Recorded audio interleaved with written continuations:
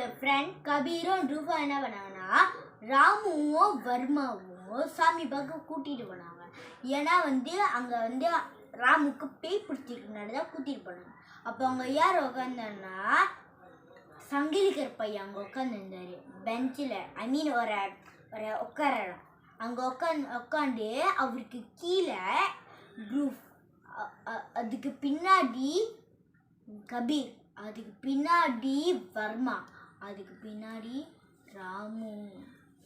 அப்புறமா என்ன நடந்துச்சுன்னா சங்கிலிக்கர் பையன் பக்கத்தில் ஒரு பெரிய பானை இருக்கும். அந்த பானையில் தின்னூராக இருக்கும். அந்த தின்னூர் எடுத்து துருவ் தலையை பிடிச்சி போடும்போது உடம்புல பேய் இல்லைன்னு சொன்னார். அதே மாதிரி கபீருக்கு பண்ணும்போது கபீருக்கும் பேய் இல்லைன்னு சொன்னார். வர்மாவுக்கும் பண்ணும்போது பேய் இல்லைன்னு சொன்னார். ஆனால் அடுத்து கடைசியாக வர்றது ராமுவோட மூஞ்சியில் அந்த தின்னூர் எடுத்து போடும்போது ராமு அடுத்த செகண்டே கத்துறான். ஏன்னா ராமுவோட இன்னும் பேய். அப்புறமா அடுத்த செகண்டே சங்கிலிக்கர் பையன் ஒரு மந்திரிச்ச காயின் எடுத்து ராமுவோட நெத்திலே வச்சாரு. அந்த பேய் அப்படி வெளியாகுது. சங்கிலிக்கர் பையோட அசிஸ்டன்ட் ஒரு ஜார் திறந்தாரு. அந்த ஜாருக்குள்ள அந்த ஆத்மா போயிடுச்சு. அப்புறமா என்ன நடந்துச்சுன்னா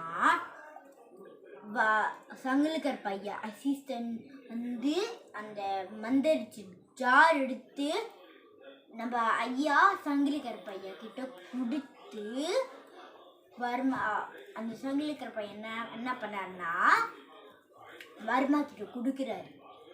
ஏன்னா ராமுவோட பெஸ்ட் ஃப்ரெண்டு வர்மா, அதனால தான் அவர் கொடுக்குறாங்க. கொடுக்கும் போது என்ன பண்ணுறாங்கன்னா கொடுக்கும் போது அவங்க ஆற்றுல போய் கரைக்க சொல்கிறாங்க. ஆற்று மாவை போட சொல்கிறாங்க மந்திரிச்ச ஜார்.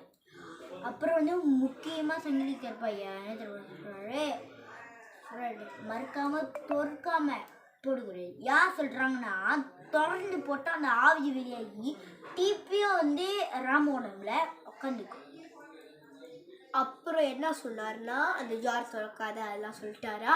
அப்புறம் வருமாவா பத்திரமா அதை எடுத்துகிட்டு பத்திரமா போயிட்டு வா அப்படின்னு சொல்லி அனுப்பி வச்சிட்டாரு.